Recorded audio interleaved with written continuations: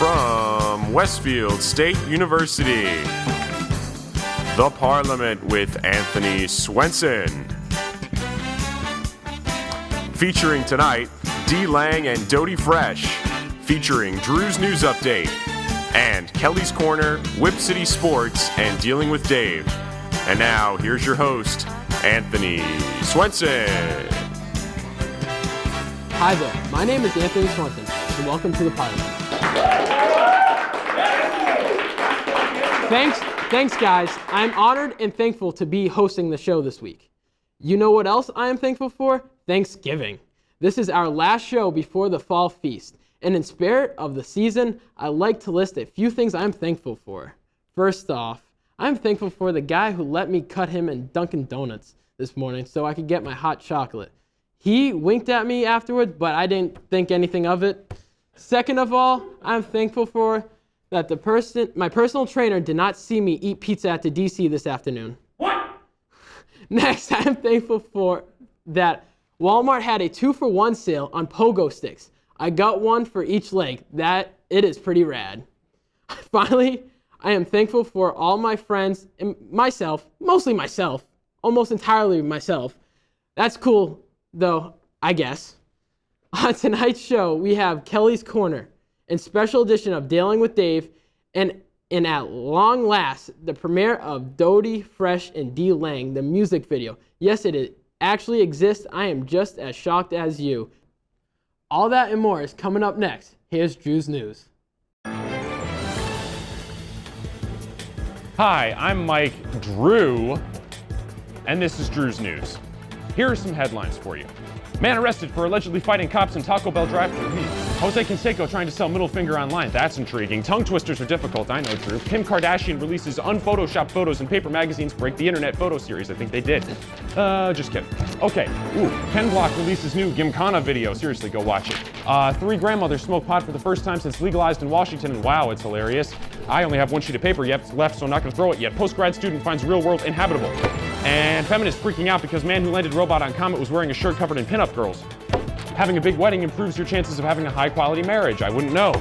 New study finds water may be beneficial to humans. I'm done. Music video now. Which planet are we living on? Earth, right here. What do you think it would be like to teach? They're all a part of our... Chances are, you have no idea. Turn on the lights and everybody look up. Teachers today are breaking down obstacles, finding innovative ways to instill old lessons, proving that greatness can be found in everyday places, and that you don't need to be famous to be unforgettable. That's what it's like to teach.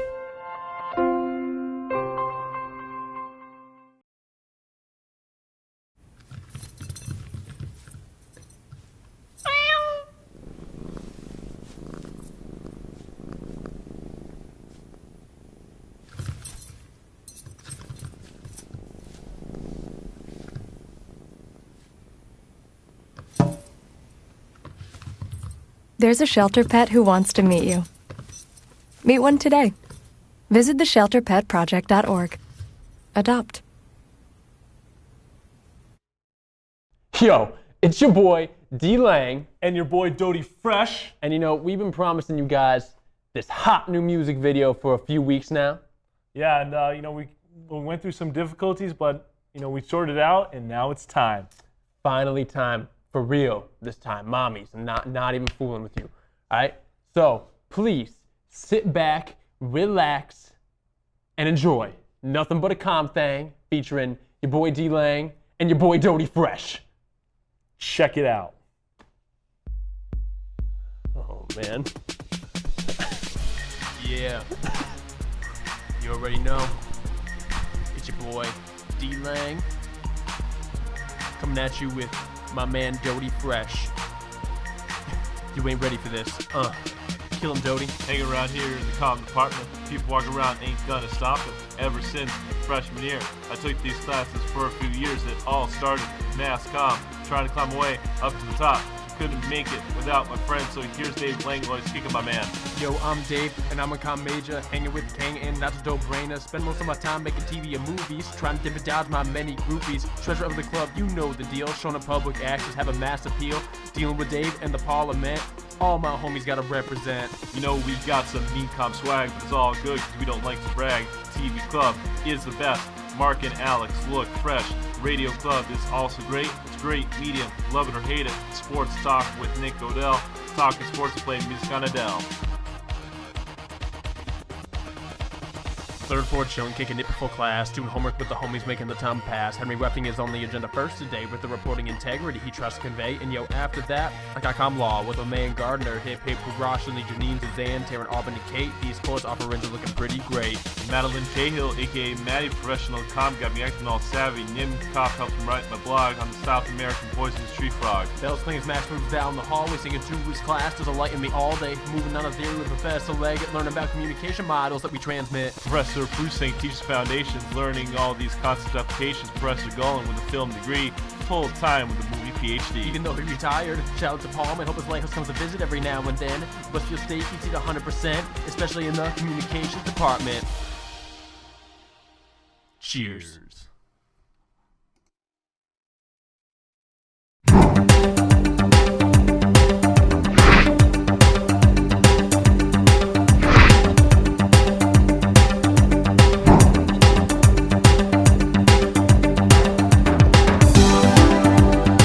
All right, everybody, welcome back and welcome to this week's edition of Whip City Sports. Audience, can I get some love? Oh, I can get some love.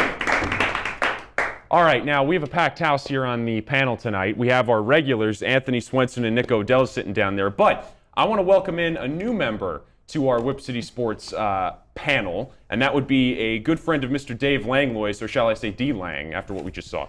The one, the only, Jeff Leclerc is here. Let's get a round of applause for Jeff. Right here. Pleasure to have you here, Jeff. I hope we get through this one alive. So what we're going to talk about tonight, we're going to start with the Boston Bruins, obviously the hockey team around here. And the Bruins have been in a rough way to start the season. It was not pretty through the first couple of weeks, guys. A good victory last night against the Blues, but I mean, can this thing turn around quickly here? It depends on what they do this weekend. Well, the Blues were the hottest team in hockey. Vladimir Tarasenko having a breakout, standout season. Two very good goalies in Brian Elliott and Jake Allen. But Montreal has always given them fits this past year. And in the playoffs, we've seen what can happen. So with Chara hurt, we'll see what happens. And with Pittsburgh, of course, with Crosby and Malkin, you always got to look out for them. And Fleury has been having a remarkable season. Already has 4 shutouts, leads the league in shutouts. What do you got, Nick? Well, I think that they're good. I think that they're going to be just fine. They started out struggling, in the beginning of the year, but I think they picked up the pace lately. So, I think they'll be just fine. They've been in these situations before, and I think they'll be just fine. You got anything, sir? They've been in this situation before, but with Chara, without Chara, they're not doing nothing this year. I think it's either they're not making the playoffs or first round out without Chara. I'll tell you what I think the biggest problem is. I think Claude Julien, who just got an extension, by the way, which I didn't understand, he seems to want to reinvent the wheel and win every game 0-0. That's not possible. You have to at least score a little bit in the NHL. It's like any sport. You have to score to win. Claude doesn't understand that. But anyway, they're playing 2 pretty prolific scoring teams this weekend. They got Montreal on Saturday and Pittsburgh on Monday. So we'll find out how far this Bruins team has come in the coming days. All right, let's let the fun begin. So now let's get into our next topic, which is fantasy football. We were originally just going to talk about football, and then our man Jeff here decided to give us the great idea to incorporate the fantasy element. You'll remember we did this a couple of weeks back, in which I told you some guys to sit. I told you guys to start. Nick, you told the people some guys to sit. And as it turned out, I told people to start Shane Vereen, and he had a great night the night that I said that. Yes, he did. Good, I got you to admit that. So, all right, Jeff, what do you want to do with this? You want to tell people who to play in their lineups this week? Sure thing. I know Anthony will not agree with me, but person to stay away from at all times is Jonas Gray. I know he played the Colts. Front 7 isn't very strong, but he ran for, I think, got 40 points. But he's going against the Lions with Adama Kongsu, Nick Fairley, Ezekiel Ansah, front 7, best run defense in football, and can't like their odds, honestly. I like how you're leaning into the people there. It's pretty intimate. Anthony, what do you got? I'm saying start Gray this week because once Brady gets the passing game going, Detroit's going to lean towards the pass and the rushing. But they are the #1 run defense in the Doesn't league, matter. Detroit, for a Doesn't reason. matter. And Josh the Patriots. McDaniels Wait a minute. The Patriots just brought LeGarrette Blount back today. Okay, so you're going to say that Jonas Gray gets 150 yards and 2 touchdowns on the #1 rush defense. Even if somebody were going to put up those numbers, wouldn't it be Blount? No, Blunt's not. I bet you Blunt won't play this week because he won't have as much practice time. I'm telling you, Josh McDaniels and Tom Brady is going to show the Detroit defense that we can run the ball against them, and we will. Like you said, 150 yards and 2 touchdowns for Gray. Anthony, Nick, can you help me out? Anthony, I would have to disagree with you, man. I mean, like Jeff said, Jonas Gray, he had a he had a great game against the Colts, but he's not going to have a great game against the Lions. What did I say to you the other day, Nick? You and I could have run through those holes. Yes. Against the Colts. Yes, Because exactly. the Colts, for whatever reason, cannot block or defend the Patriot offensive line. You and I could have run through those holes. Even Anthony could have run through those holes. The same holes are going to happen this week. I'm saying right now the same holes are going to happen this week because that play action pass is going to kill Detroit, and those holes will be there. Wait a minute, but you're talking about the run, though. I'm talking about the run because the play action pass will go into the run. Which one is it? I don't know. The run will be dominant this week. Jeff, please. Something. Yes. Anything. All right. Well, by play action pass, do you mean like they're going to take in the pass and pass and pass, or they're just going to just run and run and then pass? Run at play action pass, and then run again, and those holes will be wide open. He's going to have 150 yards with 2 touchdowns. We're not going to agree on this, obviously, because Anthony's wrong and he's outnumbered 3-1. So, Jeff, how many fantasy teams do you have? I have 2. You have 2. All right. Yes. What are your records? I'm 7-4 in one of them. Okay. Which is pretty. Is the other one not as good as that? No. All right. So stop. We can listen to you because you're 7-4. So what else? Who else are you recommending to start this week? I might have to go with. Let me think. A lot of them are just obvious, like start and play. I have Jamal Charles in one of them, but one running back who I think is going to get the ball and run. Actually, 2 running backs. Probably Isaiah Crowell and Terrence West. With Bente out of the field, it's just going to be those 2. Terrence West, the speedy, just keep giving the ball, and then Crowell's the goal line, ground and pound guy. They can have a nice system. Increased going touches there. for those 2 with Ben Tate now going to the Vikings. Who are you guys thinking of here? Well, I can tell, Nick, you've been pondering about this one, so I'm curious about the answer. Yes, I've been pondering about this one, but it's kind of tough because I have 2 starting quarterbacks from the NFC South on one of my fantasy teams. Isn't it amazing, by the way, the NFC South, the Atlanta Falcons lead it at 4-6, so God bless America. I mean, really, that's I know, what we've but I come have to. Drew Brees and Matt Ryan on my fantasy one of my fantasy teams. Whoa, wait, you laugh. You defended Matt Ryan a couple of weeks ago. I did defend Matt What are you Ryan. What are you doing? I was wrong. They are winning the NFC South, Yeah, with a 4-6 record. Yes, so you should still go along with it. All right, before this gets so out of hand, because we could be here for 2 weeks, don't ask me why I'm going to ask this last question. It's not fantasy-based. But I got an inkling from somebody earlier that people think differently about Tom Brady here on this panel. And I don't know why, but I think we should maybe explore this a little bit. So let's go down the line. Nick, your thoughts on Tom Brady, just in general. You can say what you want here. Tom Brady, what's the first thing that comes to mind for you? Tom Brady is one of the best quarterbacks in the NFL. Okay, Anthony, what do you got? Tom Brady is the greatest quarterback of all time who's ever touched the field in the NFL and even the AFL. Jeff, I'm afraid to ask. Tom Brady is a very good quarterback. I'm not going to take anything away from him. Hall of Famer, no doubt. But I feel like he gets way more credit than he does throughout his entire career. Wow. I'm going to sit back now. Wow. I'm going to sit back. You guys go. Go. So, what do you think about Peyton? Peyton, best regular season quarterback I think I've ever seen. Okay, better than Brady? In the regular season, yes. And all in all? All in all, it is an absolute coin flip, but I have to go Peyton. How is it a coin flip? What? Because, oh my. Oh yeah? Yeah, how is it a my coin goodness. flip? All right. Explain it why is it a coin flip. Statistically, Peyton is way better. How many Super Bowl rings does he have? 1. Exactly. Oh yeah? How many Hall of Fame receivers has he had throughout his career? Currently 0, technically. No. I meant who probably didn't go into the Hall. Marvin Harrison, Reggie Wayne.